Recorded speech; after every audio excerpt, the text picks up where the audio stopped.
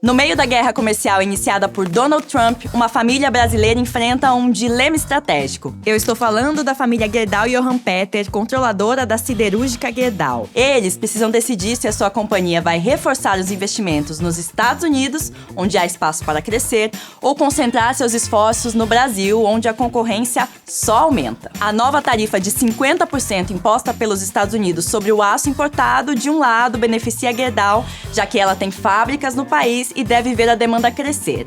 Mas, por outro lado, a operação brasileira da Gerdau sofre com essa tarifa porque boa parte do aço chinês que iria para os Estados Unidos deve acabar por aqui. A escolha entre fortalecer a operação americana e proteger o negócio no Brasil pode redefinir os rumos de uma empresa com 124 anos de história e um faturamento de 68 bilhões de reais. E quem vai tomar essa decisão é o Conselho de Administração, onde estão 3 representantes da 5ª geração da família Gerdau Johann Peter.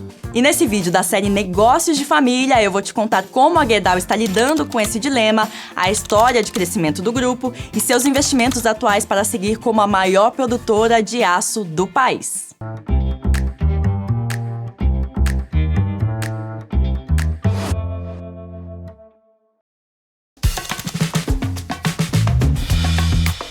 A Gerdau é a única brasileira no ranking das 50 maiores siderúrgicas do mundo. Com produção de mais de 12 milhões de toneladas de aço bruto por ano, a companhia tem fábricas em 7 países, tendo o Brasil e a América do Norte como seus principais mercados. E dentro da América do Norte, os Estados Unidos são um grande motor da operação. Lá, a Gerdau atua como uma empresa local. Tudo que é produzido no país é vendido por ali mesmo. Esse braço americano cresceu rápido nos últimos anos, impulsionado principalmente pelo pacote de investimentos de infraestrutura lançado pelo governo Biden em 2021. Hoje, os Estados Unidos respondem por cerca de 40% do faturamento da Gerdau. E é por isso que toda vez que Donald Trump ameaça taxar o aço importado, o mercado já antecipa uma alta na demanda e as ações da empresa sobem. No Brasil, a situação é o oposto. O volume de vendas e o faturamento da Gerdau caíram nos últimos anos.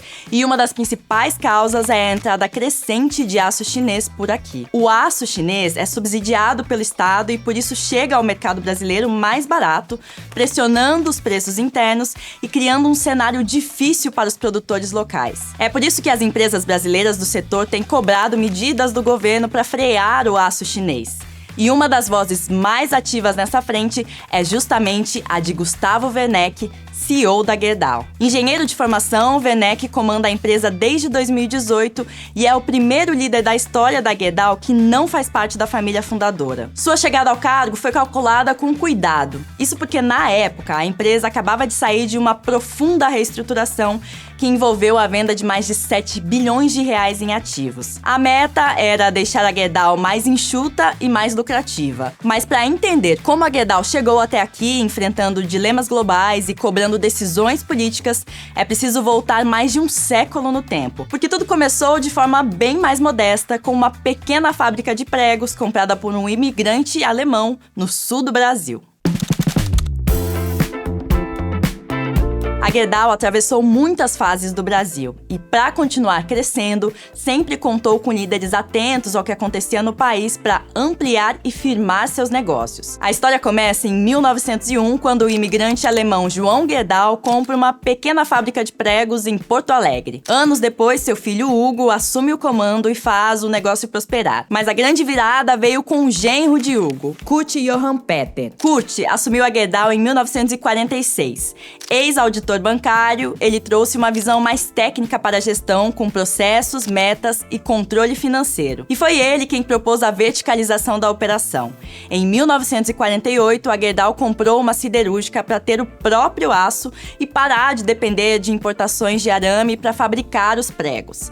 E aí não demorou muito para que o Kurt percebesse que dava para ir além dos pregos com esse aço. Foi nesse momento, aliás, que os 4 filhos de Kurt começaram a trabalhar nos negócios. O mais velho, o Germano, teve a sua carteira assinada em 1951, aos 17 anos. Depois vieram Klaus, Jorge e Frederico. Pelas décadas seguintes, o pai e os filhos passaram a investir em novos produtos e mercados. Um dos principais foi o setor de construção civil, com foco em vender barras de aço. Para ganhar escala, a Gerdau começou a comprar outras siderúrgicas e na década de 1970, deixou de ser uma empresa regional para se espalhar pelo Brasil. Nesse mesmo período, a Gerdau também atacou a área de distribuição e vendas com a criação da Comercial Gerdau em 1971, em São Paulo. Ao longo das décadas de 70 e 80, por conta da idade, o Kurt foi se afastando do negócio e cada um de seus filhos foi assumindo uma área diferente. O Germano assumiu a área comercial e de fornecimento de sucata, o Klaus a área industrial, o Frederico a área financeira e o Jorge o planejamento e o RH e depois a presidência do grupo. Apesar de Jorge ter ficado com a cadeira de CEO, as decisões importantes eram discutidas e decididas de forma colegiada pelos 4 irmãos. Todos tinham a mesma participação acionária e o mesmo poder de voto. Aí, na década de 1980, com a instabilidade econômica do país, eles começaram a internacionalizar as operações da Gerdau. E essa internacionalização virou a estratégia central de crescimento da companhia nas décadas seguintes. A quinta geração da família também começou a trabalhar nos negócios bem cedo. Nos anos 80, com menos de 20 anos, os homens dessa geração